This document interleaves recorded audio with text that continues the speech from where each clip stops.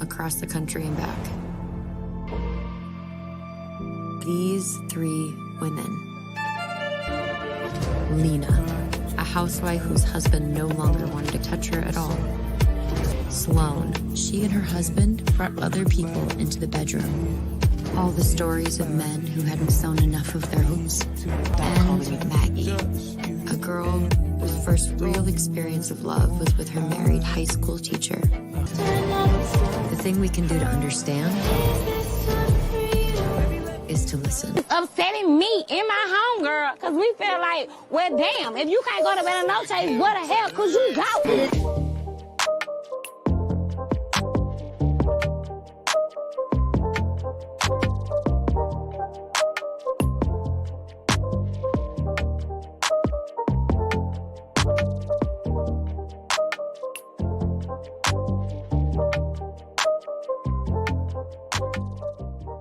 I drove across the country and back. These three women. Lena, a housewife whose husband no longer wanted to touch her at all. Sloan, she and her husband brought other people into the bedroom. All the stories of men who hadn't sewn enough of their hopes. And Maggie, a girl whose first real experience of love was with her married high school teacher. The thing we can do to understand is to listen. Hey, you guys. Lord, we are back another Sunday to talk three women. Well, y'all, episode 6. And if I can be honest with you, I hated this episode. We got a couple pieces of information, but I felt like I didn't need 20 minutes of all of them screwing. I didn't need to see the dynamic of, two consensual freak factories and then a predator and his prey. I didn't like it, y'all. But anyway, let's talk about it. I'm not here alone. I'm going to bring our ladies up individually today. Dom won't be here tonight. He had a family emergency, so keep him in your prayers. But yeah, let's bring the ladies up one at a time, see how their day was, and we are going to dive right in. Now, y'all haven't seen this young lady over here in a little while, but I'm so glad to see her back tonight. EJ, the TV junkie, how are you doing this Sunday? How are you doing? I'm good, girl. Thank y'all for having me. I appreciate it. Time to talk about this craziness, girl. Oh my gosh, it's a lot. How have you been? Have you been watching it from the beginning? Yes. Okay. It's been interesting to say the least. They done stressed me out, girl. All of them.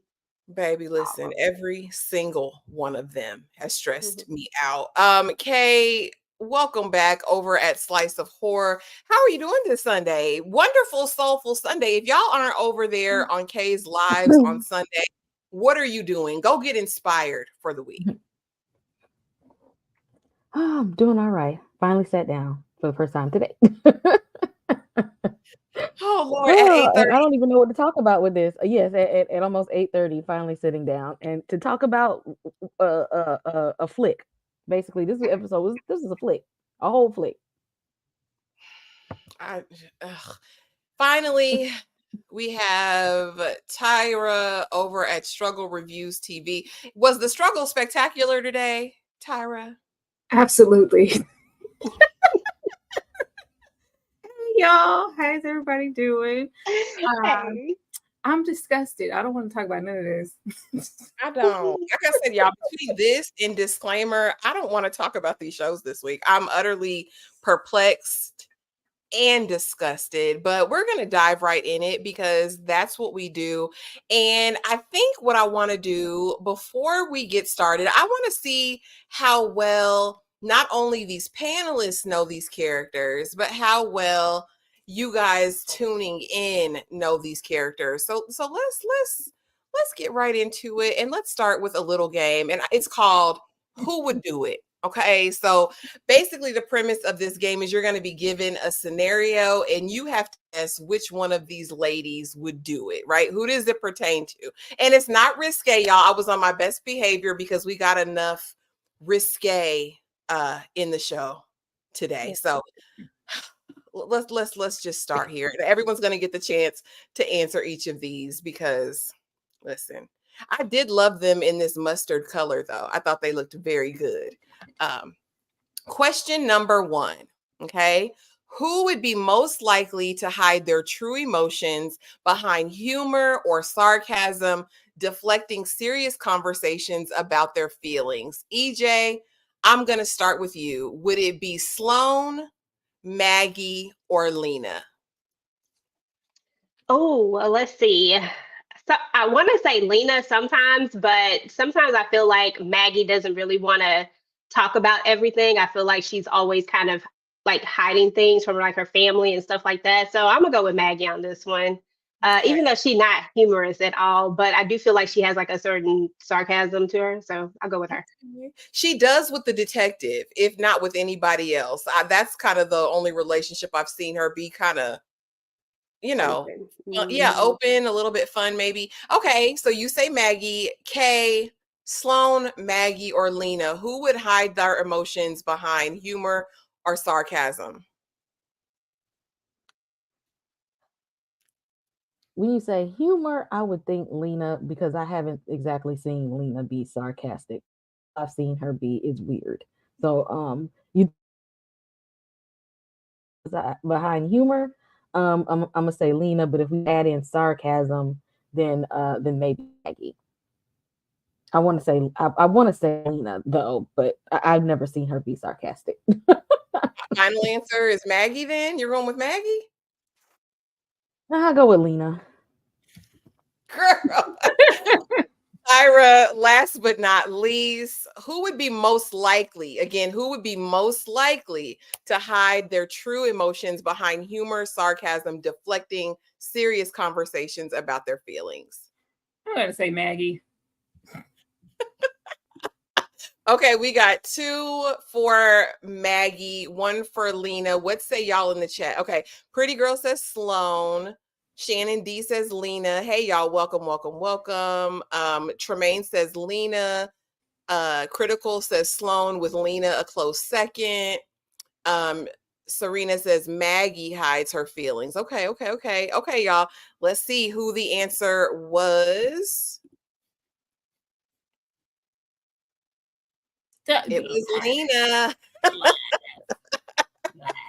It was Lena. It was Lena. So we'll come back to the game because we'll have them spaced throughout here a little bit. But let's get right into y'all people. Okay, I'm calling them y'all's people tonight. Again, y'all know it wouldn't be an Ashley Live unless I got your overall thoughts. So overall thoughts on episode 6, climax. Lord, was it a climax? I don't know. I'm not gonna do that.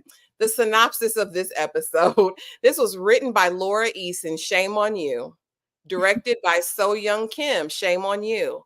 Lena, Sloan, and Maggie each connect with their heart's desires, unaware of the fallout that awaits. Tyra, I'm gonna begin with you. What were your overall thoughts on Climax, episode 6? I don't want to watch this no more. Like the show I thought we were getting about these women and their journeys. This is not that. This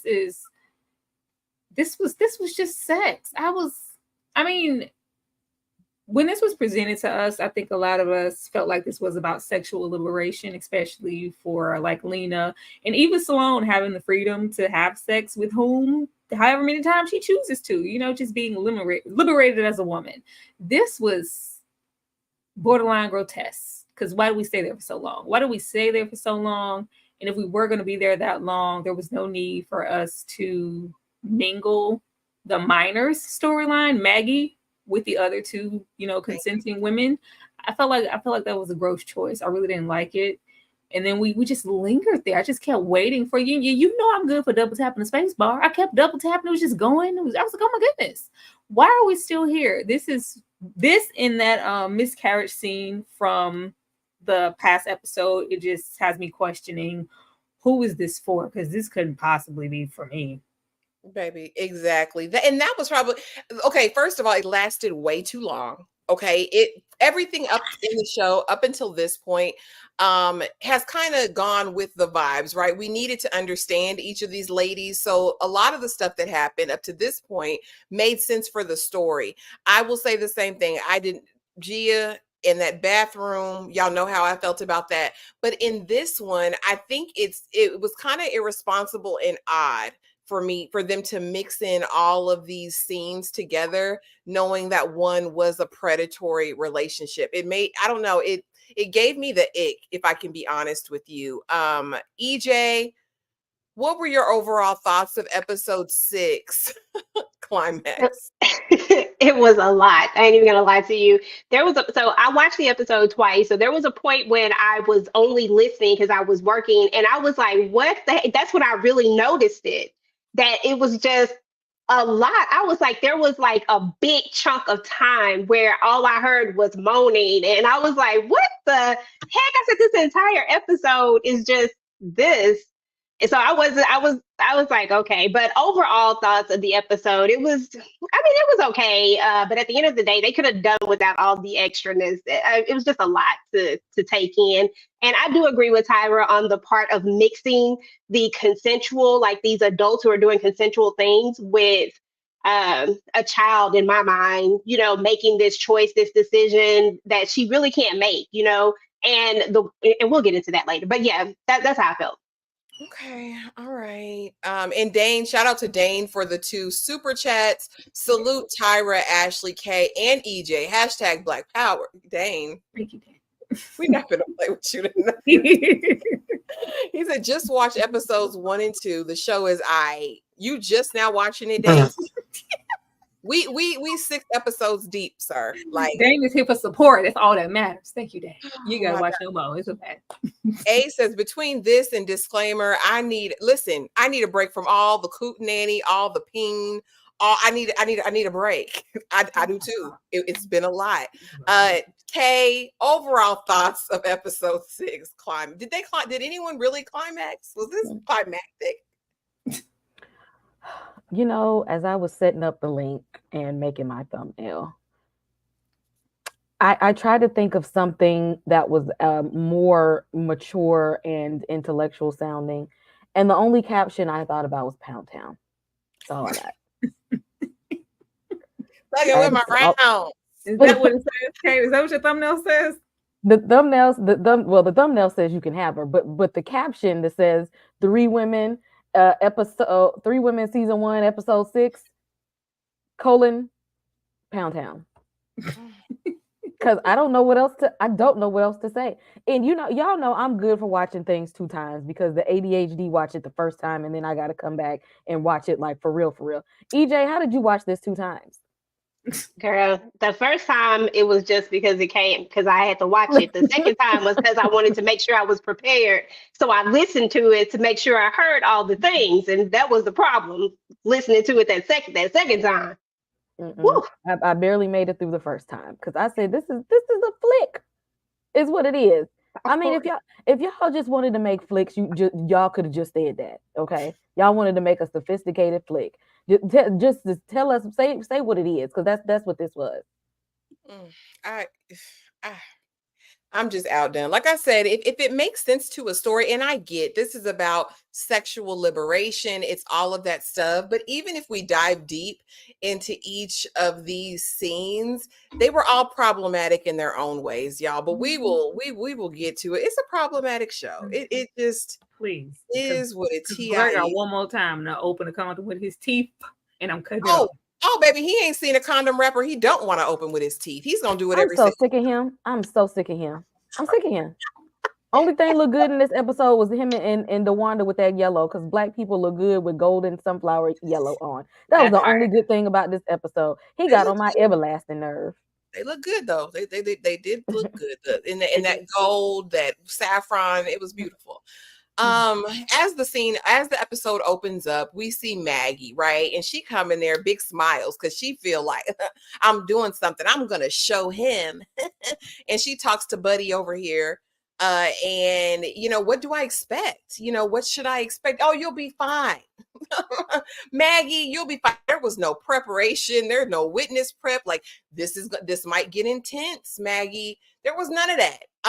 Kay, I'm gonna start with you. Did this man set her up for the okie doke? Why didn't he kind of prepare her more about what she was gonna walk into? Did he know what she was gonna walk into? Did anybody know? Y'all walked in there like y'all didn't know what was gonna happen at all. Like y'all didn't think that she was gonna be interrogated in that manner. Did y'all not think that her integrity was gonna be questioned? If y'all know from that smart, if you know the level of respect that predator gets in that town, did nobody know that? Was this a surprise to you all? Because everybody was just like, oh, I didn't know this was gonna happen. It don't look like any of them was prepared because they all looked like they was going in there with high hopes, like everything was gonna work out in their favor. But y'all, everybody, this whole picture is full of naivety. He wasn't naive. That old Tyra, why did he set her up for the okie doke is what I want to know. Why y'all was putting all the stock like the brother came in and he was listening to it. That was dumb. That was dumb. You don't rock with a black man. I never saw it as that. Nobody prepped her from the moment she came in there and said her story. It should have been be prepared to go through X, Y, and Z. It's not going to just be you in there telling your side and everybody confiding in you as a victim. People are going to question you, especially with this upstanding teacher of the year. Like, and then the narrative, there is, no evidence. She deleted, most of the text messages. It's your word against his. And then the way that he positioned her just in the scenario, I was so mad that we stayed in that scene for so long. She's the one, preying on him, and she's this young temptress, just, oh my God. Like, he painted this way. He was anticipating something like this happening. And she wasn't, of course, because she was just being naive and being the child that she was. And she's still there. She's still very much so a child. She hasn't grown. And as soon as she got in there, she reverted right back to that. She was not prepared, and nobody prepared her for it. Like, it ain't no way in hell she was going to tell me as my parents, you can stay here. I don't need anybody to be here. Oh, no, I'm coming. I'm going to be there. Everybody needs to be there. She wasn't prepared. She just thought, I don't even know what she thought. I can't say she thought she was getting justice. Nothing about her has said justice, period. She's just wanting to do something because you did something to me and you're not acknowledging me. She wasn't prepared, and that brother didn't prepare her either. He sure didn't. I said the psychologist is the only one that gave her kind of like, hold on to this moment, make it your North Star, because it's probably going to get way worse from here. EJ, why didn't this man prepare her for what she was about to go in there and face? First and foremost, I don't know why they didn't prepare her. Everybody knows, especially when it's something like this. And like Tyra said, with it being a teacher that is upstanding the way that he is, there is no way that you don't get her ready for this, because everything about her character is going to come in question at this point. And I haven't been with you ladies for the entirety of this, but just my little 2 cents on this. I always got the sense of Maggie as someone who she wants to see this man again. She wants his attention. She's not doing this for any of the quote unquote right reasons so that he doesn't prey on another person. She's doing this because he's not giving her the actual attention that she wants. So now this is the only reason why she's doing it. And with that mindset going into it, she wasn't never going to be prepared for this, because she's just going into it for one reason and one reason only, just to see this man. It's kind of twisted when you think about it. It's very twisted. She's still in love with this man, and he's not acknowledging her. He's not responding to her. He's not acknowledging. And this was the last ditch effort. The heifer was just outside his house delivering congratulatory notes. Like, girl, come on. But Maggie, she didn't stand a chance. So you guys, in this episode, we see her go in there, and this is basically, the part of court in the criminal justice system where she has to lay her case out. They have to establish probable cause to see if this is something that can actually even go to trial. And so it's a deposition where she's being questioned about what happened, and she has to recount their first physical intimacy, right? Like, this is what happened in school. He invited me over. The wife was out of town. The kids were asleep. You know, they Netflix and chilled. What was it? 40-year-old virgin. It made me think of you, girl. Like, everything about this was so sick, twisted, and in a grooming style. Like, I want to wait until you're 18. Nothing before you're 18. You know, we can just heavy pet and kiss, all of this. So we get that interaction. We see her afterwards in school reading Pablo Neruda, this Sonnet 17. I need you to read that before you go to bed. Are you okay? Are you good? You little seductress? You seduced me. Everything about this was so sick and twisted, the whole nature of it. And I like that they shined a light on it. But part of me was pissed and very annoyed that they glamorized another part of it. This was literally the height of her life up to this point, and that's exactly how she's telling the story. Kay, talk to me about this. Did Maggie stand a chance, and what did you think about the narrative that they presented? You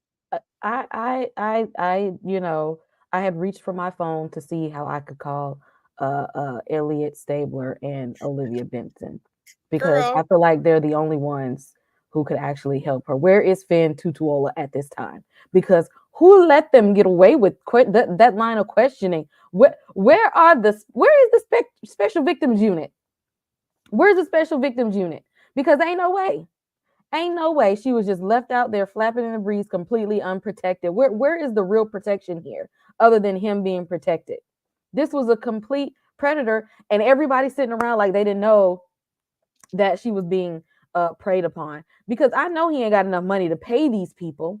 Okay, so is he blackmailing everybody here? Where is the special victim? Y'all not going to the right police.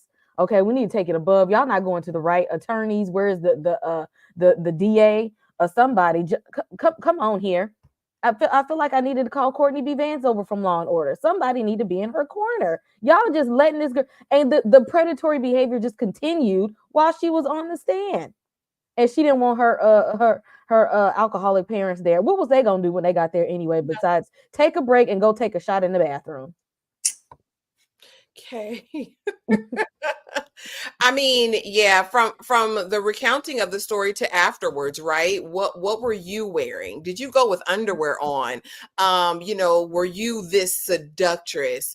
And all the while, like I said, when she's recounting the story, she's got like this grin on her face, like she's really like living and recapturing the moment. EJ, what did you think kind of, or maybe you didn't see it this way, but did you think there was some glamorization of her initial experience with him?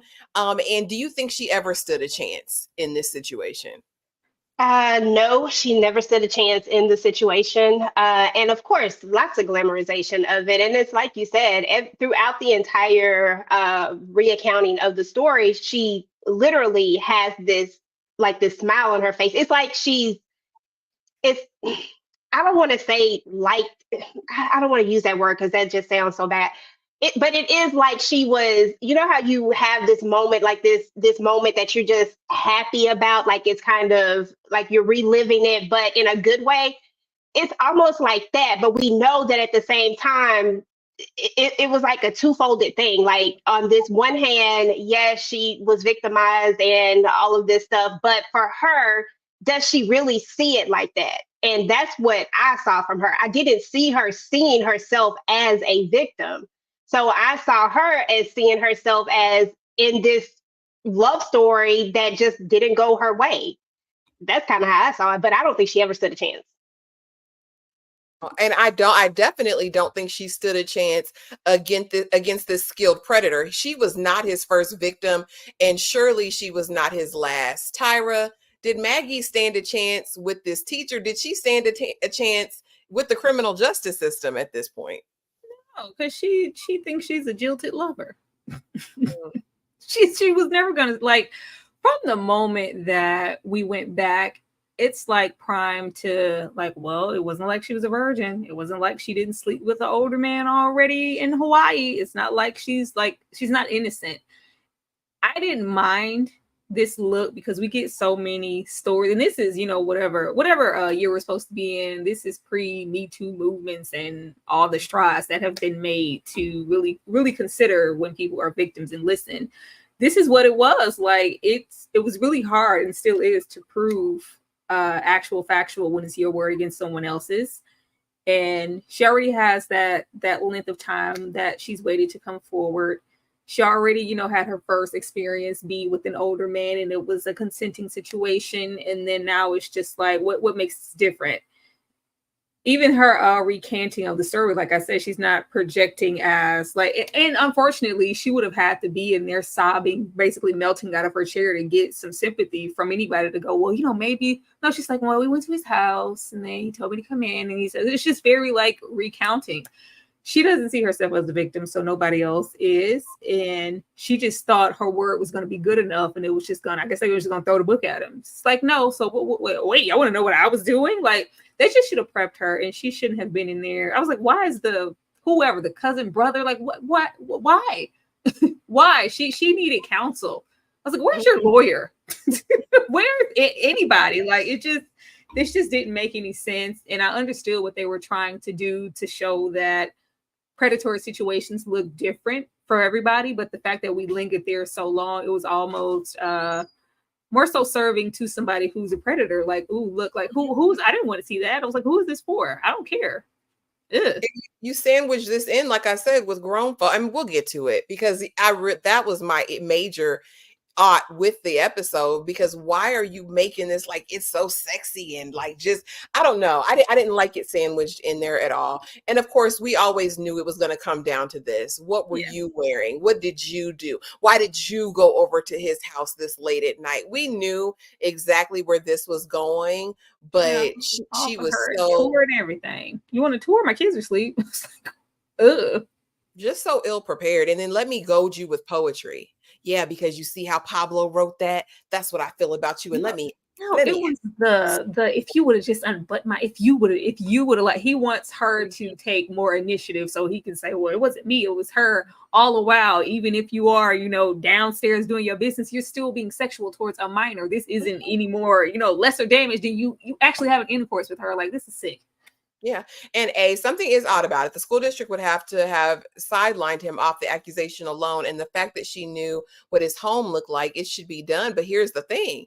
He's their primetime golden boy. And somebody said it a couple of videos ago in the comment section. They were talking about how in these small towns, in these organizations, school systems, administrations, they'll do a lot to cover these predatory teachers. They'll actually use their lawyers against, people coming with accusations, especially like this, years out, no evidence, no tangible evidence of what happened. It's sick and twisted, but a lot of people will do a lot to cover their administration, their school system, whatever. So there's definitely something nefarious in my mind about how it's being handled. And also we kind of got it emphasized in the earlier episodes, even with how the initial police officers took her statement. There was no compassion. There was no, there was none of that. And maybe Tyra's right in that if she doesn't view herself as a victim, who else is going to view her as a victim? Although they should. She's a child at the end of the day. She was a child. Next though, let's go to Raggedy Lena, honey. Lena then got some power, baby. She feels, what am I gonna do? She's in the mirror as the episode opens up. Oh my gosh, can I do this? Oh my God. Lena is clearly unhinged, and shame on this man and we'll get to it. We're gonna get to it later on in the words he utters to her. But Lena is not a stable person. There's no reason anybody should be having the smex with her. Now, she's not a Maggie because she is of age and she gave her consent. My question is Lena in her right mind? So she gets the chutzpah. She dropped them kids off at her mama house. She lets her husband know, all right, the 17 days then came and went. He didn't touch me. I want a divorce. I want separation. Okay. She comes out in her red number, and he actually stopped and paused. I said, I wonder if she feels like a wet piece of goat now, or whatever he said, wet sheep or whatever, wet wool. A wet piece of wool now. He was looking at her like he wanted some then. She said, I'm done. I've already seen a lawyer. There's nothing you can say to me. I'm done with you, Billy. And she goes over to meet her man, and he eat her up and down, sideways, backwards. She has a meltdown though on the bed where she's crying. Are you okay? Are you okay? Are you okay? And then he utters those terrible words. I love you, Lena. I love you. Me. And then he's like, I love that puss. I love you. I love that puss. I love you. I love that puss. And I'm like, girl, it's just a coot nanny.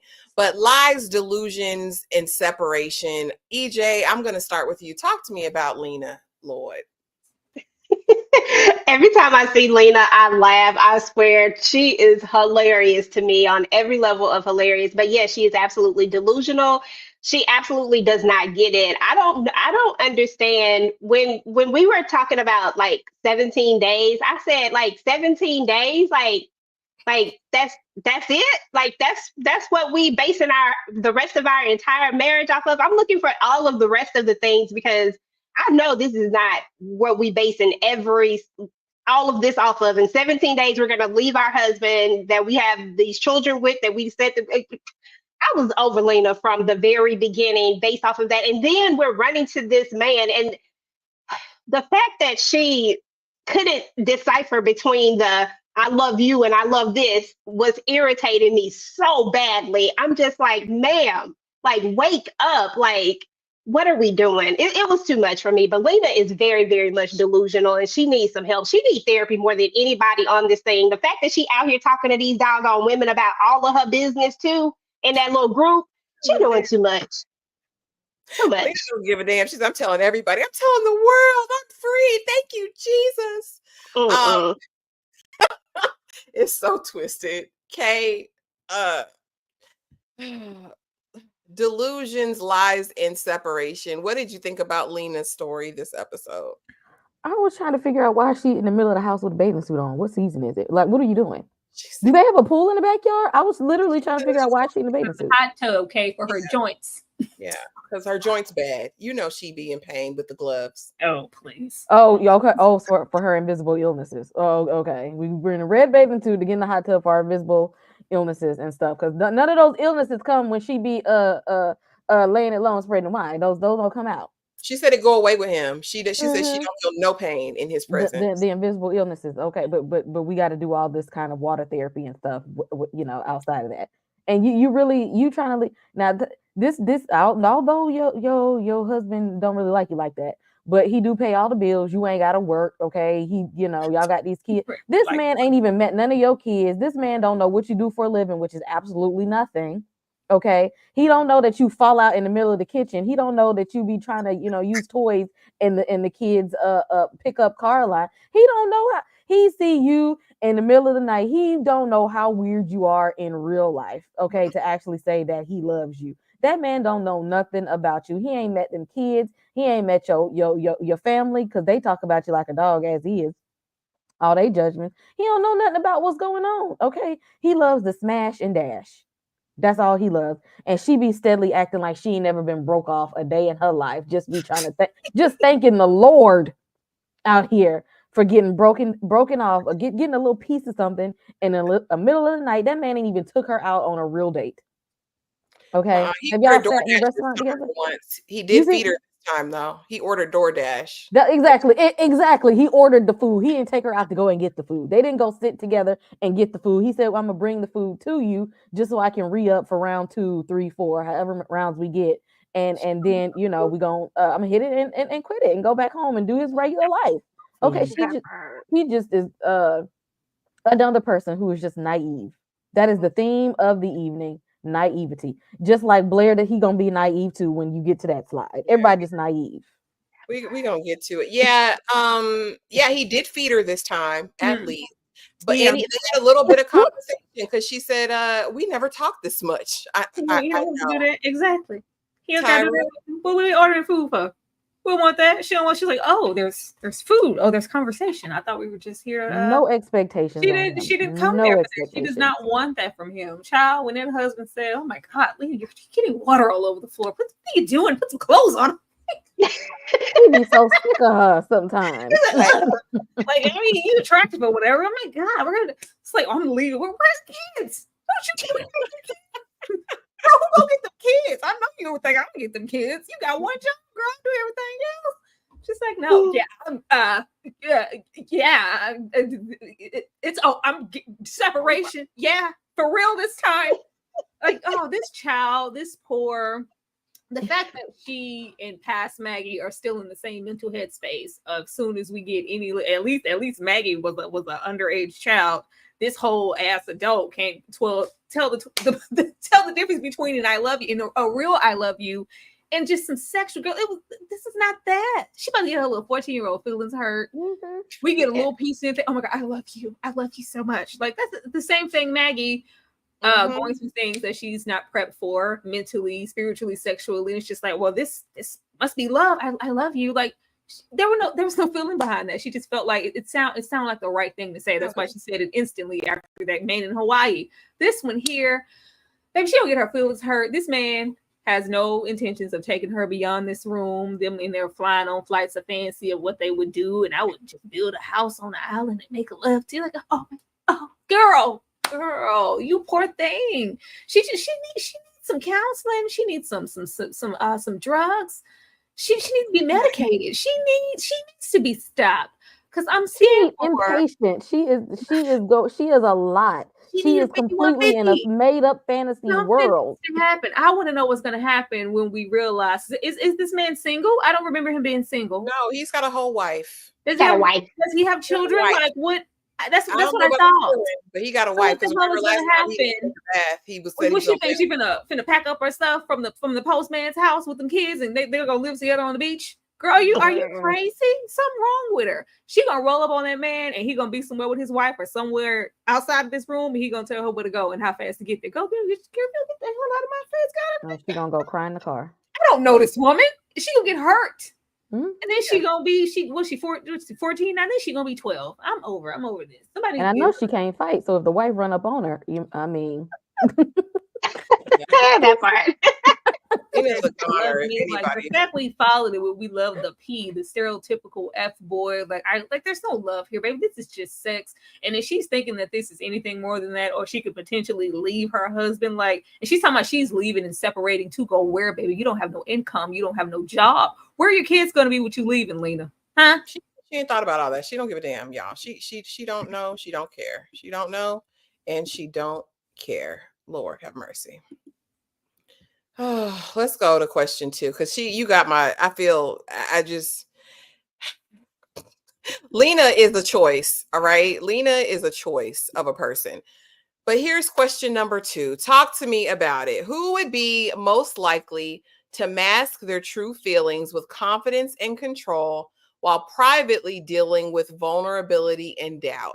Would it be Sloan? Would it be Lena? Would it be Maggie? Y'all know what to do in the chat. Drop which character this is most applicable to. I'm going to start with you, EJ. Who would be most likely to mask their true feelings? I'm going to take Sloan for 2000 because Sloan is very much confident. She's very much that person who could walk around and act like ain't nothing wrong, but really be hiding it internally.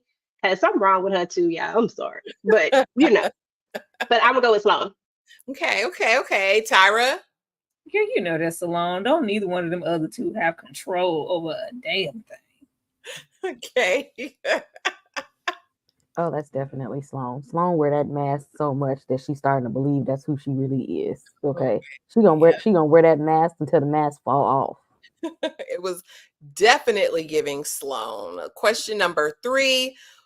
Who would be most likely to challenge authority by taking a stand against someone who misused their power despite potential backlash?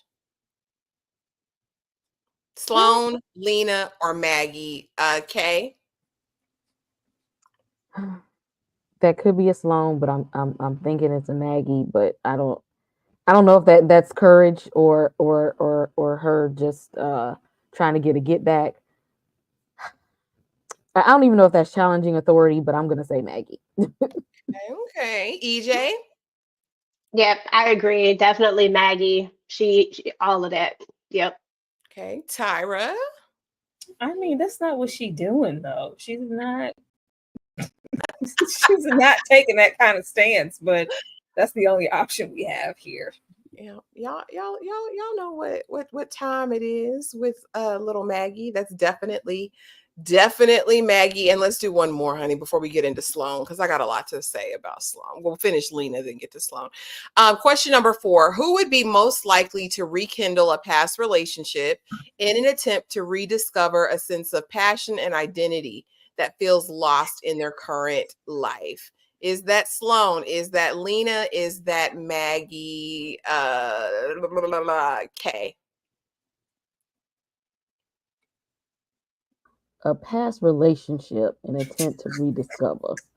Past relationship. Okay, I don't think that's Sloan because Sloan looks to the future. Okay, she's trying to find out what's new. Anybody that's in the past probably know too much about her. She don't want that guy. Okay, he knows too much. Her secret, whatever that is. Is there anybody that from that Lena actually? I'm gonna say Lena because Lena lives in La La Land. So maybe she thinks that somebody in the past, maybe she has an imaginary relationship with somebody in her mind, and she thinks that she's gonna romanticize it because the man she like don't even want to kiss her in the mouth. So I'm gonna go with Lena. Oh, Tyra. You know, Lena, the only one having an identity crisis. I'm gonna go with Lena. Oh gosh, let's see. That's definitely Lena, y'all. That's definitely Lena all day, all day. And speaking of Lena, and Tyra alluded to this. This is going to end very badly, and she doesn't have a clue. Pretty Girl says Lena, and I can't wait to see her fall off the deep end. Even further. Lord. Yeah, because she doesn't. This is going to end so badly. I just know it. Look at the look of glee on her face. When she was wrapped herself in that bloody sheet in her episode and thank Jesus for the deed. And now seeing her glee, she ain't never looked at her kids like that. And I grabbed that picture, but I didn't put it here in the slides. But when she looked at, oh my baby girl, you ain't never looked at them kids like that. You ain't never been that happy to see anybody in your life. I just know this is going to end badly. EJ, do you have any predictions about how this thing is going to end with Aiden, honey? What? Well, I think that first of all, Aiden's wife is very much a part of his life. And I think that Aiden's wife is going to pop up and that it's all going to be over from there. And like somebody alluded to, it's probably going to be one of those things where she sees him somewhere with his wife, maybe a kid, I don't know. And then he just going to act like he don't know her. And then her poor feelings going to be hurt. And then she going to run off and tuck her tail. And hopefully she don't bring out that big old doggone vibrator she had last time. Cause that thing was, she was doing too much. Just a lot. But yeah, that's what's going to happen to her. It's going to hit her in the face. Tyra, what's going to happen with Lena Bina? Girl, Lena go, well, I finally did it. I love him. So like we can be together because I love you too. Remember when you had said you love like me and like, girl, I don't think he knows how unhinged she is. He's just there for the sex. And he's not realizing, like, it's not like she went in there saying, like, I'm attempting to leave. Like, she's acting on her own accord, thinking that she's still in this 14-year-old fantasy with this grown man who's clearly just using her for, like, we're using each other for the same thing. I thought we were both on the same page. We're probably unhappy within our little marriages. So we get it in, and we live in this fantasy for as long as we're in this room, girl, then you go back home to your kids. When she tired of going back home to them kids and she try to go home with that man, he gonna hurt her feelings, and she gonna crash out.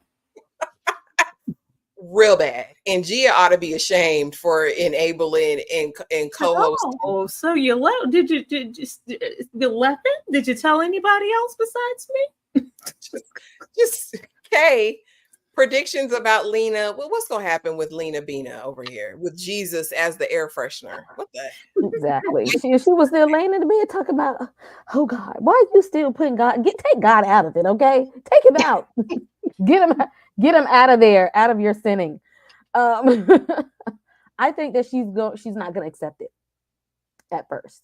She's going to think, maybe he plans to, he's going to leave her one day. He wants to let her down gently. Or, that's just the mother of his kids. They're co-parenting amicably and stuff. He's still going to see me in the middle of the night, that he still wants to be with me. Or, maybe something's wrong with his phone that he didn't call me. Maybe I should pop up at his house or something that he didn't want to. Like, I don't think that she's going to accept it. She's going to get really, really weird. he might have to get a restraining order. Yeah, she's not gonna go Her. quietly. Yeah, she's not gonna go quietly into that good Mhm. night. She has stalker tendencies. That's how she found him in the first place on the Facebook, scrolling every Mhm. minute. That's Uh, true. I don't see it for her. I just know it's gonna be bad, Yes. whatever it is. Listen, he Richard pisses me off every single the time. Okay, because stand up, sir, stand up. Like, what is wrong with you, sir? Oh, yes, you can scratch the itch. Look at her, the way her face lit up.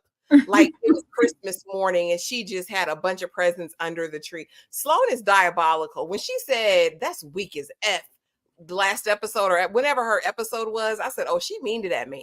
That man is holding on to Sloan by any thread he can. At this point, Sloan can do whatever she want to do. Just say I'm your man. Like, I just want to be your man, Sloan. I will condone whatever poetry, whatever hoe activities you want to do, as long as I just get to be there. Okay. Because in the morning when she's doing her makeup, she paid that man dust. No, I'll meet you there. Oh my gosh, Richard, what is it that you want? No, fine, I'll meet you there. And then he was like, okay, all right, you can have them. You can have Indigenous Bay. You can have that peen as long as I'm there. Will that make you happy? Yes, it'll make me so happy. Thank you, thank you, thank you. Tyra, talk to me about this simp, because that's all I can call him. And I feel like Blair Underwood, you going out bad. You going out bad in this role, and I don't like it. I just feel like this is gonna end violently. Like, where could this possibly go? I was waiting so hard to get here and hear Dom, because he's been riding like I need this is Blair. I need Blair to stand up and be a man. And you're a black man. Like, no, no. Because I know I think it was either Dom or Kay. Y'all kept saying, oh, he said no, and she gonna do it anyway. So he's gonna get caught with Indigenous Bay. It's gonna be a fight, a shootout in the street, and he's gonna turn into Carlos from the Tyler Perry movies. No, he's consented this whole situation. So, girl, you can go over there and do it. It's fine. Gone. This is him not just trying to hold on to her because he loves her. He's like, okay, she's slipping back into those old habits with her bulimia. Things are, shaky there. He's also trying to keep that stable. So it's like, let me just give her something that she wants to make sure she's happy. I don't want her to get so down that we revert back into those unhealthy things. But it's like, this is unhealthy too. And you're emasculating yourself. How do you assist in emasculating yourself? Like, they've been doing this for a long time. So he knows what his limitations are and hers as well. And he knows that there is interest in this man beyond her just itching this little scratch and she's just going to move on. No. But just to make her happy, he's doing this and he's suffering. I just want to know how much longer he's going to suffer. And I want to know, when she going to get slapped. Because not you dropping that lady off at the airport. You dropped the lady off at the airport? Like, I think she's coasting, just assuming, oh, we've been here before. Oh, it's fine. They always find out. Are you going to tell her? Like, I don't think that lady's going to be as easygoing as she's anticipating. I think she's going to turn up and Stallone going to have some hair on the ground. Keep on playing. Oh yeah. And Indigenous Bay kind of alluded to it, like what she don't know, won't hurt her. Because Sloan does approach him, and it's kind of like, is she gonna be cool with it? I don't want to cause any smoke. No one Sloan don't give a damn. She just want that. She just want that Indigenous D. Let's be honest, girl. Like, just tell the man, we ain't got to sugarcoat it. We ain't got to make it cute. I'm just glad we didn't see the girlfriend in the room with him, because I thought that's how she was going to weasel her way in. But Kay, she thinks that's her man. She thinks that's her man in there. And when she's talking about marriage, and she's very serious. And the fact that Stallone has been in her left ear, like, well, yeah, girl, if he and she's been plotting this whole time. She gonna slap the dog mess out of her. Just watch. Oh my goodness, it's just Kay, yes, you can scratch that itch, Sloan. Yes, you can scratch it. What did you think of Richard in this episode? And well, I have my other questions later, but what did you think of Sloan's little story? Because we'll get to the rest of it. Sloan want Jacob in the worst way. Okay, that wouldn't an itch. Okay, Sloan is gonna go over there and she want Jacob be flipping her upside down. They want to be on the boat in the water, in the pool, outside, in the house with a mouse, okay, with a side of green eggs and ham. That wasn't a one-time thing. She want Jacob bad. But what you gonna do when Jacob, when you know, because sometimes once you go black, you never go back, and he don't want to go back to the person that he should be marrying at this point. But that's not ever gonna like. How do you feel that you done broke up this man, this supposed marriage that could take place? That's not gonna happen anymore. You done broke a home at this point. So even though your home is already broken, Blair, stand up. Okay, you are in a broken home right now. Your daughter was sitting at the table, had to watch Jacob leave. All right, that next morning, like, who is this man? Okay, who is this? And the husband, like, he act like he cool. Like, why do you want to watch your wife go be happy with another man? And you right there and be happy with another man in a way that you probably can't even make her happy. Okay. Why you want to see that talking about where you could go ahead? You can have them. Okay. No, the only thing a real man gonna say you can have is a puppy. Okay. If it ain't a puppy, then you can't have it. Okay. If you want to have it, then I can't be here. I'm sorry. I can't be around for this. You obviously you want something else, and there's plenty of other hoes out here. That's for me. Okay. This ain't the one, Blair. Okay. She don't like you. She don't like you. Never needed to be married. She never needed to be married. She don't like you. She don't want you. That's why she keep playing in your face every chance you get, because she knows she can't do this with another man. Okay. She knows she can't get married to nobody else. Ain't nobody else gonna allow her to do this foolishness. If you decide to be with Jacob ain't gonna let you sleep with nobody else. Okay.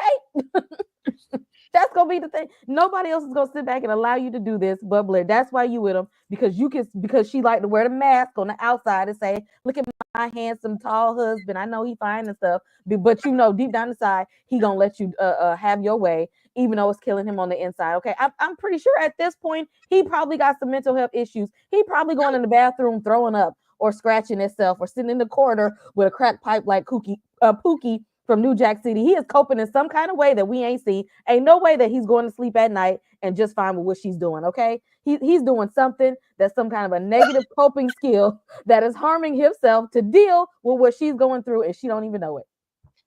I mean, this is harm in and of itself. What does that do to this man psychologically every single time? Exactly. That is torture. And with Indigenous Bay, it ain't just that, because baby, she said, if it was up to me, you'd never go home. That's what she said. That's what she said. EJ, talk to me about Sloan and him letting her scratch this itch. Was this a big mistake on Richard's part? Man, this was such a big mistake on Richard's part. It's ridiculous. And I absolutely agree with everybody. First of all, Richard done got emasculated so much in this. I feel so bad for him. And it is pretty bad, because I look at Blair Underwood and I think, what more could Blair Underwood do, right? What more could he do? And then he did this. And I was like, oh, Lord, this is too much right here. But at the end of the day, Sloan wants more from this man than just to scratch an itch. And Richard sees it. And that's what's so heartbreaking. That's what's so, just make you want to strangle him, because you know that he sees it. Every time he winces, every time he goes and grabs that drink, and Kay, I think it's the drink. I think he about to be a full-blown alcoholic. But he grabbed that drink every single time, and he does this wince. He's like, and then he walk away every time. I'm like, dang, bro, how many times are you going to do that? And then she just sits there and she smiles and she sees it and she looks at him, and it's like, girl, how do you do this? How do you look this man in the eye and say that you love him, but then you know that you're breaking his heart? It's one thing for you to just have these little one-offs with these little things. I mean, do what you do. Well, that's y'all bedroom. But at the end of the day, it's the way that you're looking at him. It's the way that you keep glaring at him when he's walking up. He's looking at you. Look at him. It's the way that you talk to him. This is more than that. And then when your man told you that he could stay there, like, I'm not going to let you spend the night after we did. No, take and lay up under him. And laid up under him that whole night and gazed into his eyes. While he had to go to bed alone with nothing but a bottle of Jack Daniels. Fine, but what? That part, the breakfast part, I said, no way, no way. And you're right. No other man would let her do this. Not even that man. He wouldn't let her do that. And the way she treated, what's her name? I want her to just. I want her to just. That's what it's gonna take for something, unfortunately, something violent to happen for him to be like, okay, this is too much. I can't do this anymore. And I think she's going to have to lose him to realize, because she, this is all indigenous Bay and this is attraction, but this isn't your husband. You don't know anything about this man. And it says a whole lot with him and his little relationship that he's so comfortable. What she don't know won't hurt her. Like, but this is who you're choosing. She's slopping, he's slop too, and slop's flocking. Yeah. And the thing about it, and what I sincerely believe, what A just said is that Sloan was going to do it anyway. We saw her on the yacht, on the boat, whatever. It wasn't the yacht, on the boat. We see what Sloan was up to. She was going to inch her way onto that peen any chance she got, like the first chance she got. But yeah, she's enamored of him for whatever reason. And I think he must have laid it down really good because, like y'all said, stayed the night. You ain't even sleep with your husband. You stayed down there in the basement with this man, looking at him all longingly. I don't even want you to leave. If it was up to me, baby, you would never leave. She gazing out the window. The baby's here, watching Indigenous Bay do the walk of shame. Sloan, what about your child? I don't know what's going on in this season of TV with trash A parents, but I'm sick of it. Is this real life? Is this what's going on in the community? EJ, what about your kid? What? Girl, that part right there threw me off. I said, is baby girl looking at the man walk away? Because I'm like, wait a minute, did she just look at him walk away? And all I wanted them to do was swing that camera around to wherever Richard was standing, because I needed to see his face in that moment. But they just didn't give that to me. If I had just got that would have been like the perfect scene, because I need to see what his face looked like. But seriously, like how Sloan, like it's one thing to try to feed your inner desires and all that stuff, but that man should have never stayed the night over there. What happened at nighttime should stay at nighttime, and your baby girl should never be subjected to even wonder or think about it, because kids ain't stupid. They not dumb. They be figuring stuff out. Like, and this is a pattern that you're going to continue to do, like, so come on now. Like, let's just do better, Sloan. Like, man, let's do better. I wanted more for her. Tyra, girl, that ain't the first time seeing a random leave that house. All the people in Martha's Vineyard, they didn't have frequent the palace, as Mama D would say. That ain't her first time. She's like, oh, it's another man. Like, oh, they they have sleepover again. Okay, like this is very normal here. I don't think anybody's ever thinking about her and what she may be paying attention to. I think she's gonna like really try to hold on to that man, and not even just out of love, just out of appearances. When he gets fed up, it's gonna be, oh, what is my family gonna think? What about our dynamic? We look picturesque, like it's gonna look broken. I don't want to be like out here. Like she really takes pride in appearance and their little collective of hosting, because the parties was everything. Like, girl, we're not just a marriage, we're also a business. We also, do all of these things, these endeavors together. I don't think she's considering that. She's just always selfishly considering what she wants to do. And we'll see. I think stuff gonna get high. I'm waiting for the girlfriend to find out, and she get bopped upside her head. I do. Kay, I want you to read this comment and I want you to respond to it. I'm curious about your thoughts. I was gonna speak to that as well. After I was thinking, like, Jacob, turn into a werewolf or something before you walk out. Do something so baby don't see a man walking out this house. I'd rather see a wolf walking around my yard than a whole other man coming from my mom's bedroom. No, that's traumatizing. But what I'm all for the liberation and sexual liberation and sexual freedom of women, but this is coming at a cost. This is not just being free with your sexuality. What this is you're manipulating your husband and you're using him because he's just a placeholder. You want to look good out into the free world. You want to look good in front of your family. You want to put on a good face in front of everybody to think that you this nice, rich family. You're a picturesque family, because on the outside, y'all look real good and moisturized and everything. But behind closed doors, the man got to take a drink every time you want to bring another person in the house. Because if you would not be with any of the foolishness, he wouldn't either. He don't care about bringing nobody in that house. That's all on you. And then you're ruining a whole other family. You're ruining a whole other family because you know that Jacob got somebody, and you know the girl, and you over there whispering in her ear about what she need to do with her household, and you're ruining it. So it's coming. I'm all for the freedom and to do you, girl, but it's coming at a cost, and you're stepping on other people just to get your way. That's called being selfish. And then she's using it as a coping skill to deal with her childhood trauma. all of this is nothing but a negative coping skill. Go get some therapy and then see once you healed how much all of this makes sense in the end. Then we can talk about it. Well, That part. all of it, ditto, right? And a couple questions that came in the chat. Why don't they deal with black men? They do. If you remember the couple that they swing with, that's a black couple. But remember Richard's in Martha's Vineyard. Yeah, and remember Richard's rules, right? The man can't be better than him in any way. So there's that. I think it's probably that's the lower hanging fruit. And they're in Martha's Vineyard. How many blacks they supposed to find on this island who down with this anyway? Like, yeah, baby, it'd be different if they was in the city somewhere. They in Martha's Vineyard, baby. And Tony wants to know, has the daughter been there when they have all these folks? So I don't Where think is she gonna go? I don't think they give a damn. But shout out to the 60-some people who are here tonight. We thank y'all for being here to talk Three Women. Thank you. But let me also let you guys know what we have going on, and we will be right back.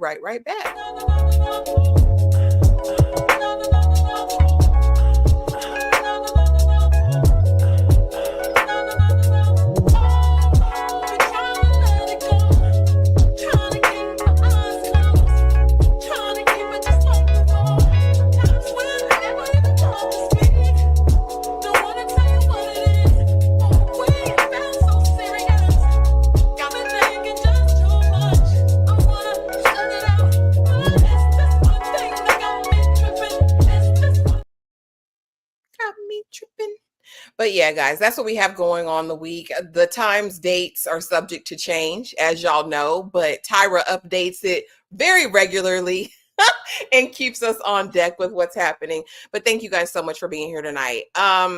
Yeah. And this is what I guess what the episode culminated to be, right? This was their climb. Is this your king? This was their king.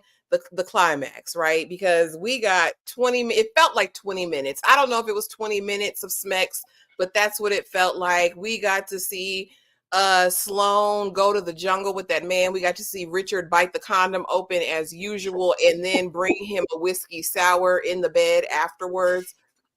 We got to see Lena and Aiden, he crunch and munched, you know what I mean, and told her that he loved her. We got to see Sloan get the big O over and over again. I said he didn't even like he was putting in work, as a matter of fact. So I don't even get. Please say it again. That's all I was waiting on. It didn't seem like he was putting in work. It seemed like lazy side sex. It wasn't even no stroke. I was like, where's the these shows in these sex scenes in these anatomically incorrect positions? So babe, what is going on? That man ain't hitting no nothing. It wasn't even no arching, no backs. It wasn't no stroke. You know, I be trying to chill. I was gonna let that go, but you brought it up, Ashley. They need to stop that. Because it was. I'm glad I wasn't the only one who noticed that. I said, she stop that. We already been through this over there with Jackson Lewis and them. I don't want to sit here on them three women. Like it didn't even look like it was hitting on nothing. I thought we were gonna like have her like, okay, he went to bed. All right, let's really get it in because that ain't really what I wanted in the first place. Like I really want to be super sensual. No, we just cut to them going to sleep and waking up in the morning. I said so that was really that's what you've been fighting for and all on the boat. All right.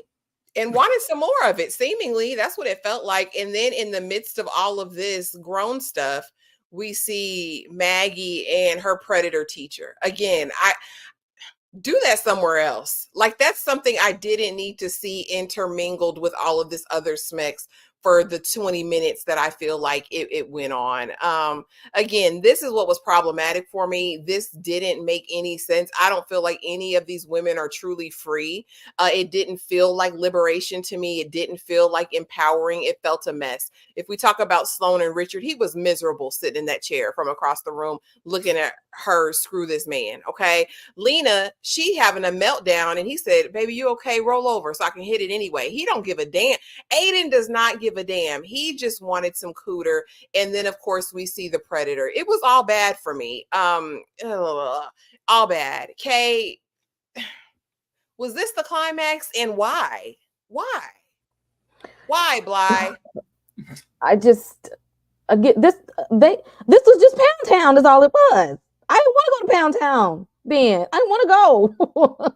Don't take me with you. I didn't sign up for that. Okay, I didn't sign up for that. Again, if y'all wanted to be a flick, y'all could have put a disclaimer at the beginning and said this about to be a flick, and watch at your own risk. And then I would have said, all right, then I skipped this episode. That's all this was. Okay, and then it wasn't even the flick in a way that we would want to see this. Okay, we got unconsensual, and we got infidelity. We got somebody who was just completely incompetent.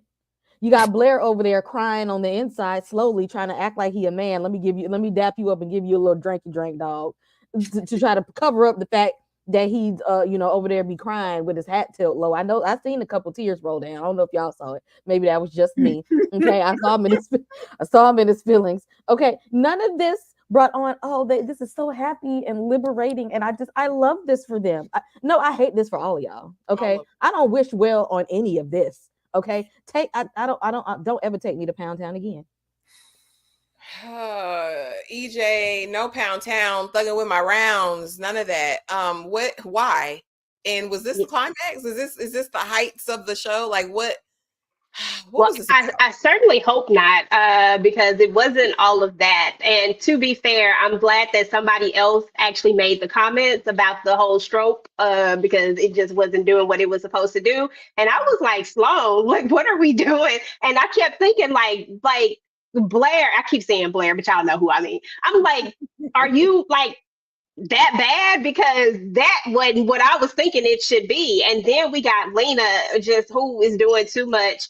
I feel so bad for Lena. If I feel the worst for anybody, it's Lena, and that's just because she's so blinded by this. It's so stupid. And then Maggie, that was just disgusting on all levels. Just because and then you have the nerve to say, I want to wait till you're 18, bro. Do you know what you're doing right now? Like, you might as well just went ahead and did the do at this point. Like, I mean, everything else you've done, like, stop playing. That was crazy to me. But yeah, there was no climax to this.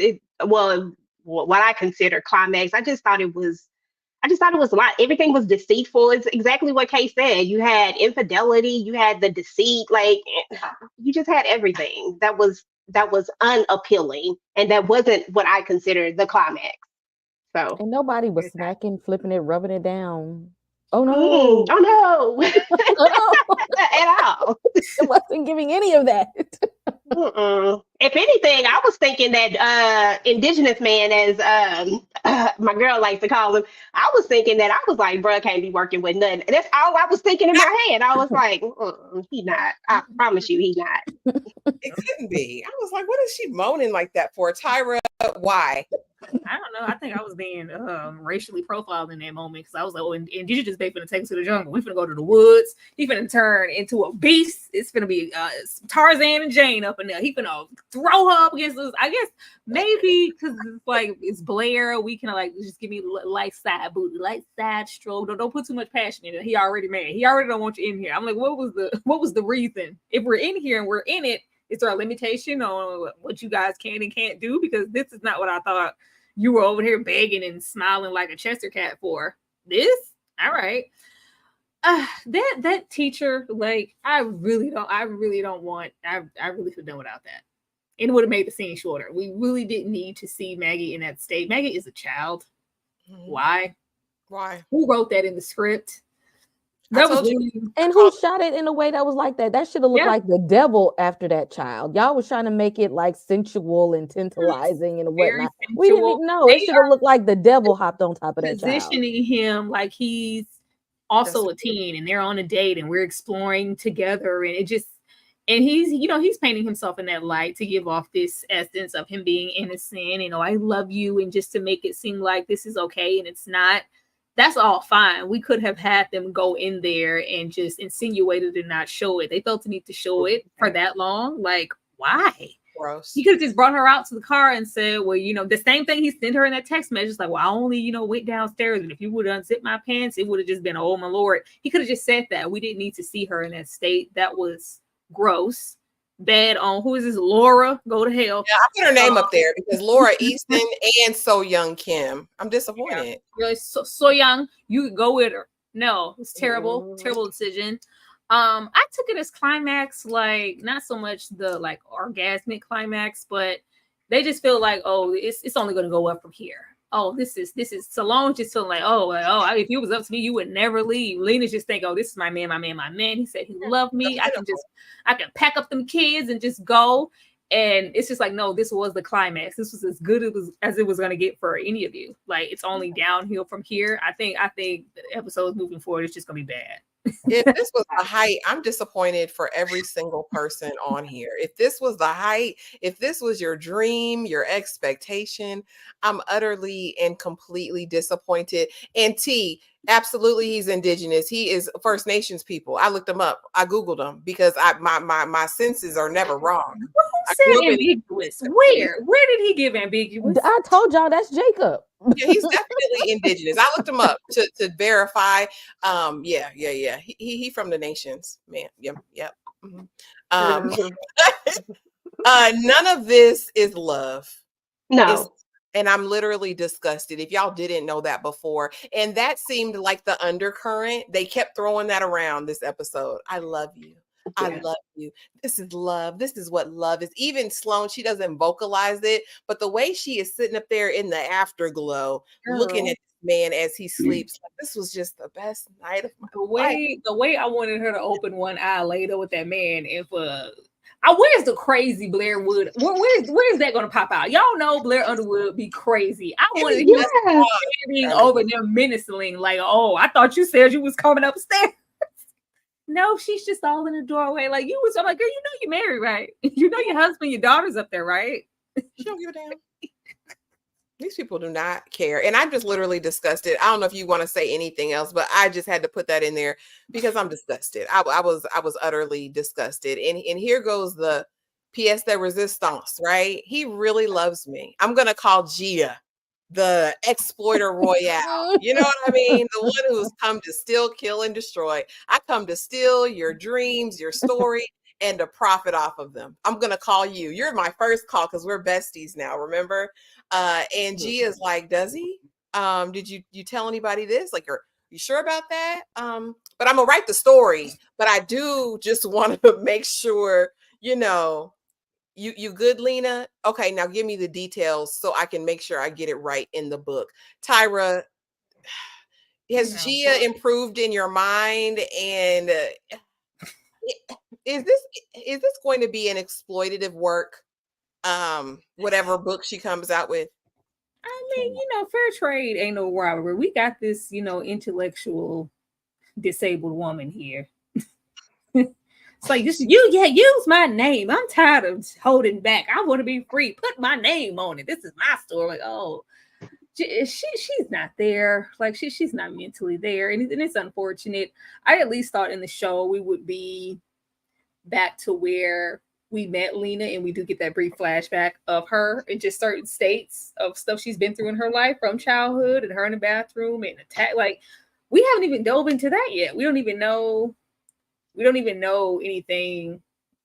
We haven't been like into depth with any of them just yet like that. I mean, with Maggie, we did go, pretty far, but with Lena, it just feels like there's some history there as to, I definitely need to know how she got that husband shot. I want to know where they was and what time it was when they linked up, because that was immaculate conception. If you ask me, he ain't never laid down with that woman. He never wanted her. But we need to get to why she's in this state, and she's, a 40-something-year-old woman. It's something wrong. But yeah, Gia's an author, she's an ambulance chaser. I'm here for the story. She don't care about, what she's mentally going through. But Gia doesn't know that. Not Gia. She doesn't know that. Lena doesn't know that. Lena's just happy. Like, she's 14 again. I get to talk to my girl. Oh my God, he said he loved me. Like, girl, you stupid.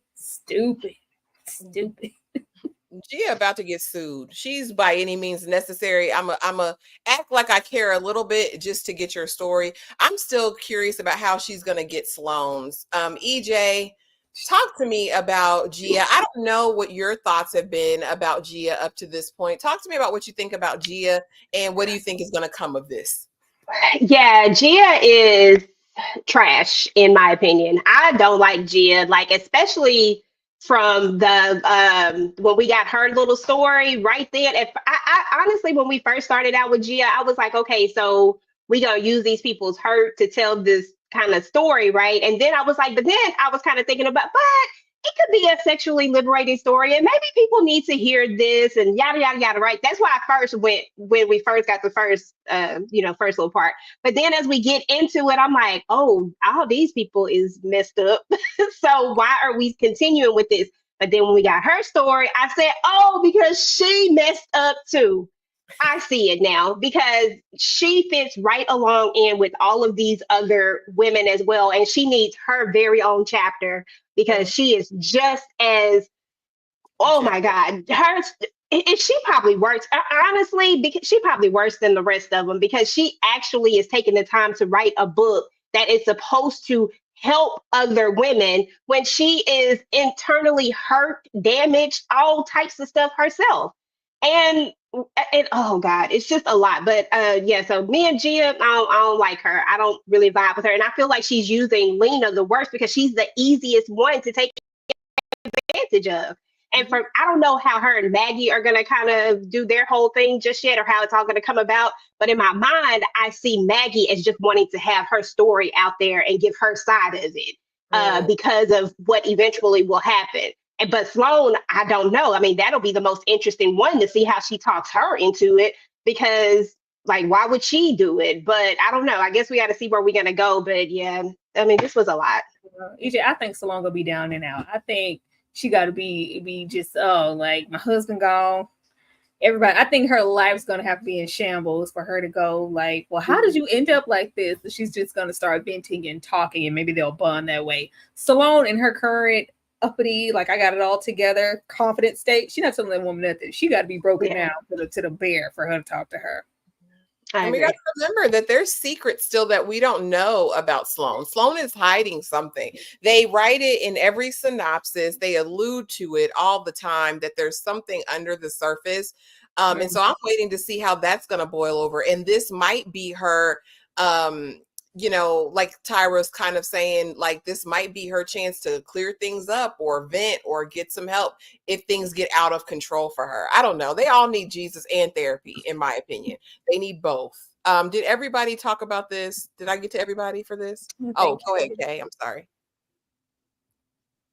What was I about to say about this? Oh my goodness.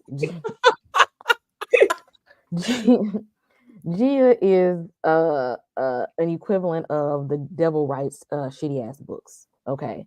That ain't nothing but Satan over there taking advantage of these people because she can't write a good story to save her life. She gonna find the lowest of the low and manipulate their stories. Like, oh, okay, well, I can't actually write anything that's captivating. Maybe I'll take these people who are actually struggling in life and flip them into a story. Because ain't no way she saw that Lena over here, who is clearly incompetent and clearly a little delayed, can actually give her some good source material that will be inspiring for someone. Okay, we feel sorry for Lena, and quite frankly, I don't even want to know anything more about her. Okay, with her fake illnesses, because you see right now where she's all happy and talking on the phone without no gloves, but as soon as her husband come around, she put on those gloves looking like Rogue from X-Men, like something is wrong with her, just to get his attention, breaking stuff at the house just so that she could talk to him to tell him to fix something, because he really don't even want to have a conversation with her. This is not a good person to show off. Okay, this lady need help, impatient help, and Gia just be like, yeah, girl, and what else, so I can write that down. Did he do? And what you gonna do? What you gonna do next, girl? Let me tell me about it so I can put it in the book. That sounds real. People gonna love this story. No, we don't. Don't nobody love this at all. Gia, this was wrong of you. Okay, Gia, you going to hell for writing this and exploiting this lady who clearly needs intensive therapy. Oh Lord, let's get to these last couple questions and then baby the last slide with these people. Lord. Question number 5. Who would be most likely to make a spontaneous decision to change their environment in hopes of finding clarity or starting anew? Would this be Sloan? Would this be Lena? Would this be Maggie? Don't forget to drop it in the chat, you guys, and let us know who this would be. Tyra, who's most likely to make a spontaneous decision to change their environment? Girl, Lena, because she don't know no better. She don't know. She don't know. It's Lena. Just Lena. EJ? Definitely Lena. She the only one who would do some crazy foolishness like this. You think so? Okay, Kay. Child, Lena is unhinged. Okay, she probably ain't had a clear thought. Probably in a very long time. I don't remember the last time she actually had a clear thought. If I'm being honest with you, I'm surprised that children are still alive the way she be neglecting them. So I'm gonna go ahead and say Lena. Okay. We got Maggie in the chat. We got Lena. I'd say all three. Sloan has the money. Okay. Let's see. This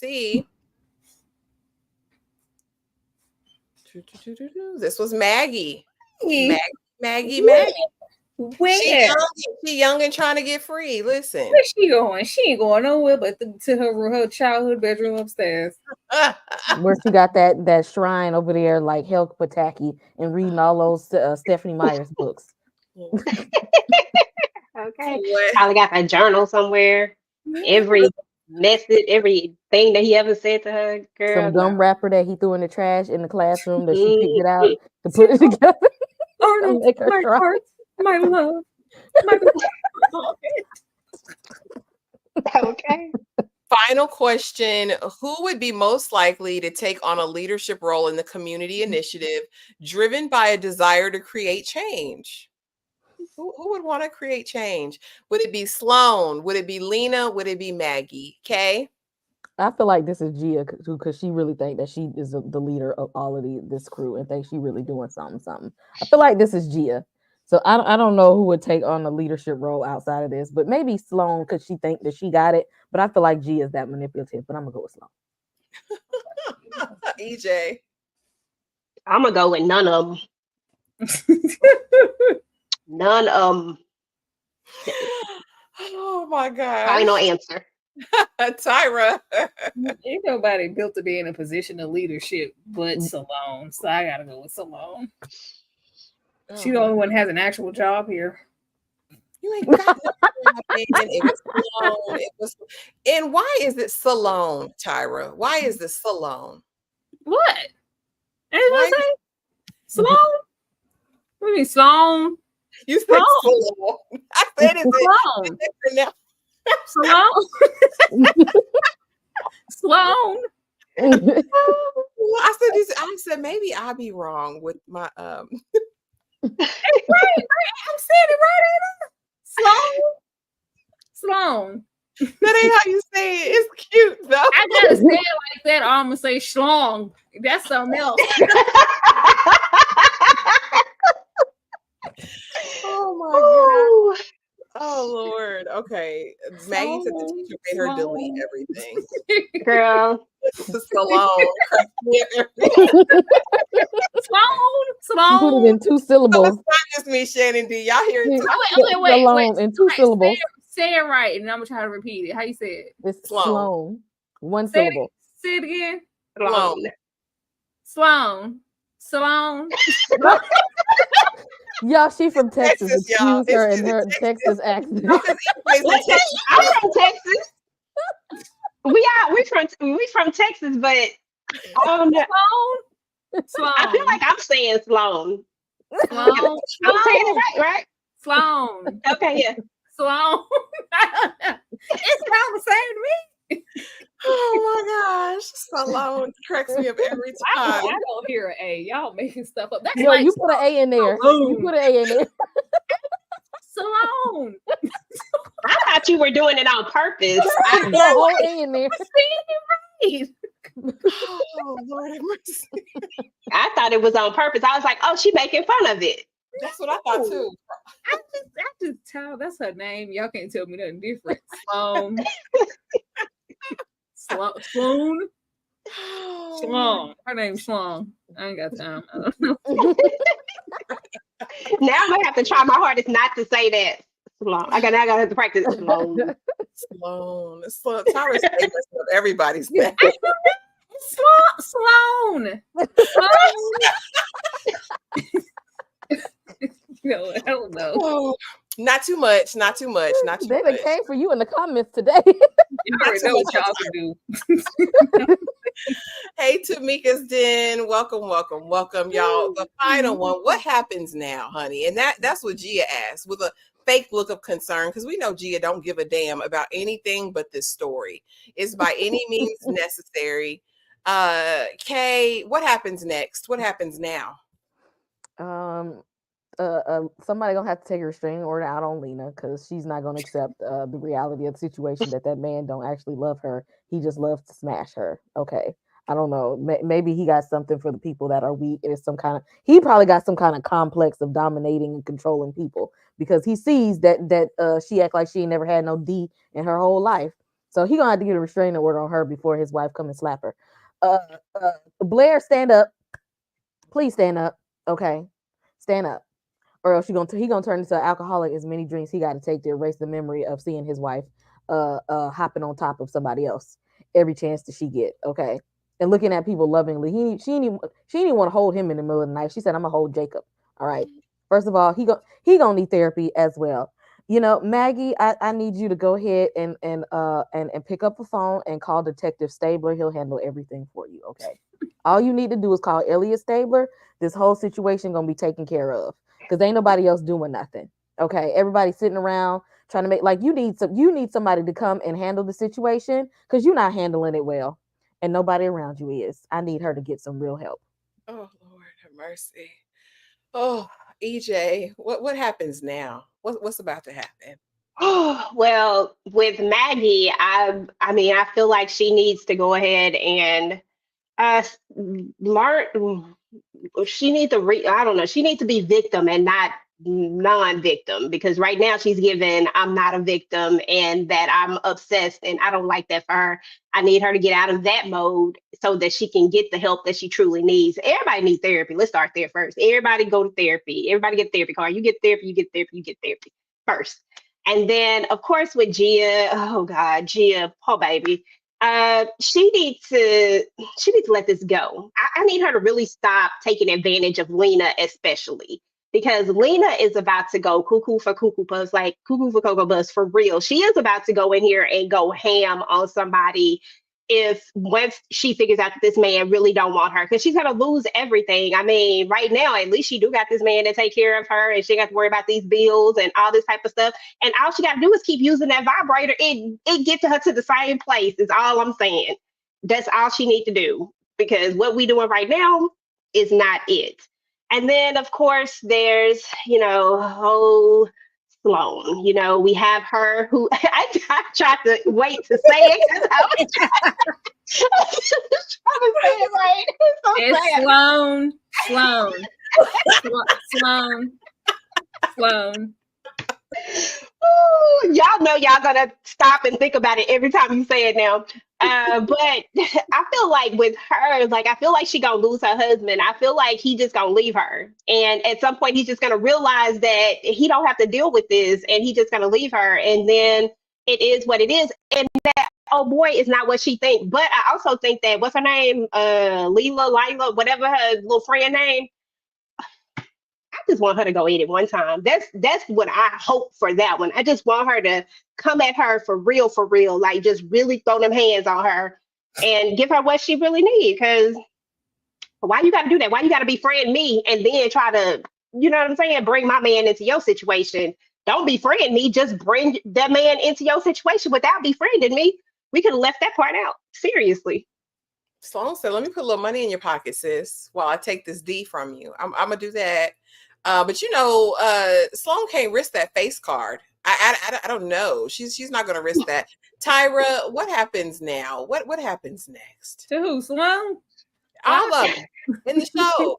All of them. How she ain't gonna write that book. I want to know how we still end up carrying a baby carriage. I want to know why we still see her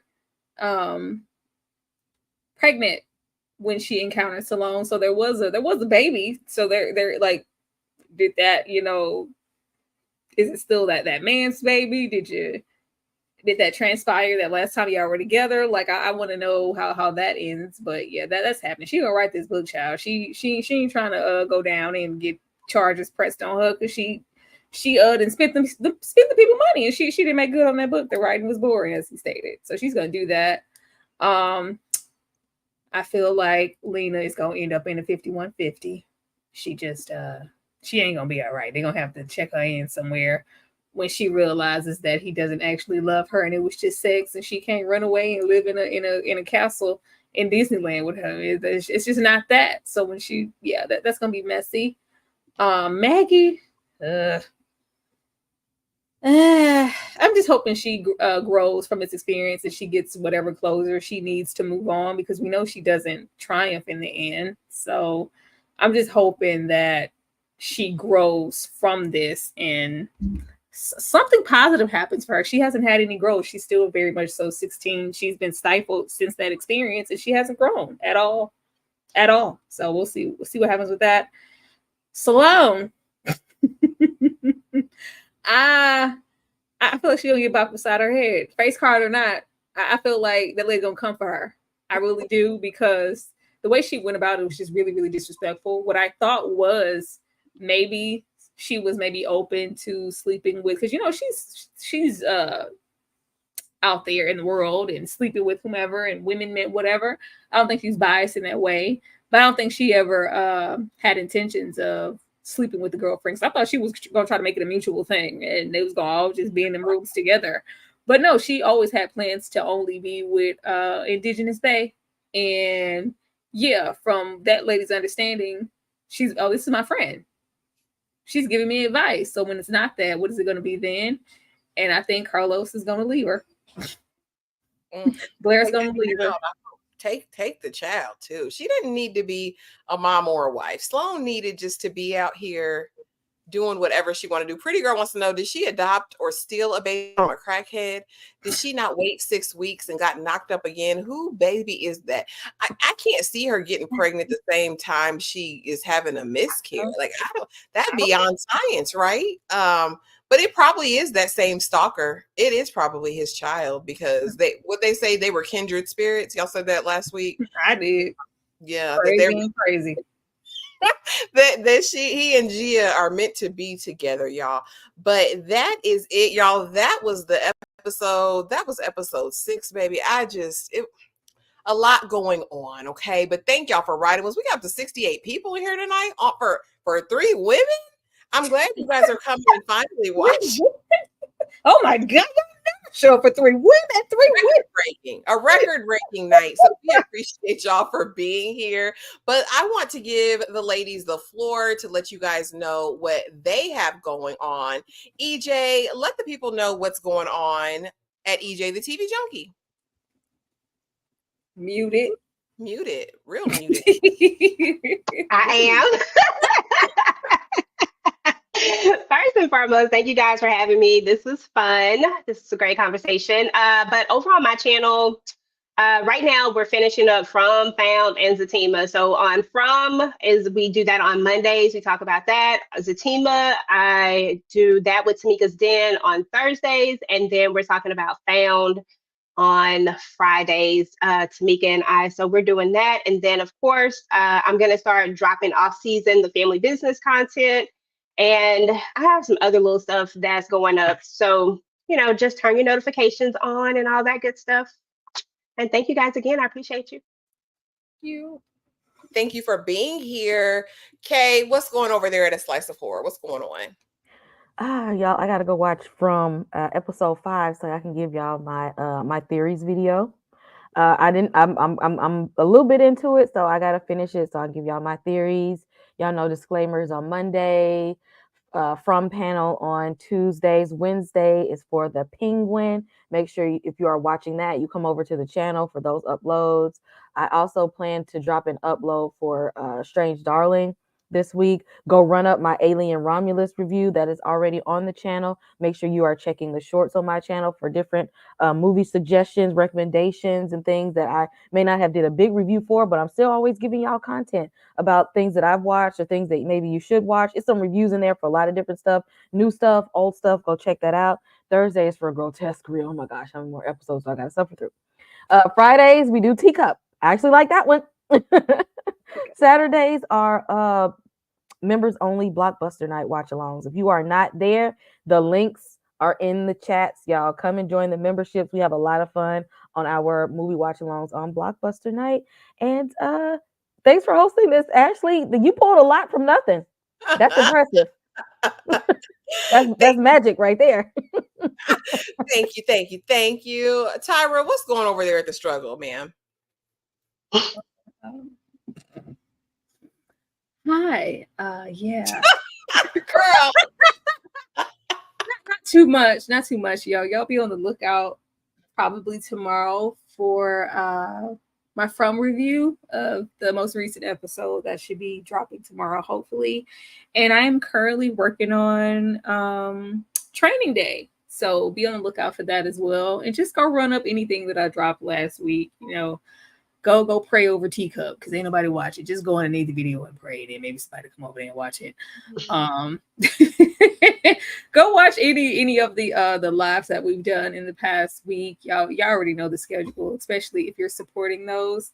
Yeah, but just support tomorrow when we get into disclaimer because yeah, it's been actually trying to put us through with these shows, ain't she? Who, me? Yeah, to get me out of here. You already know.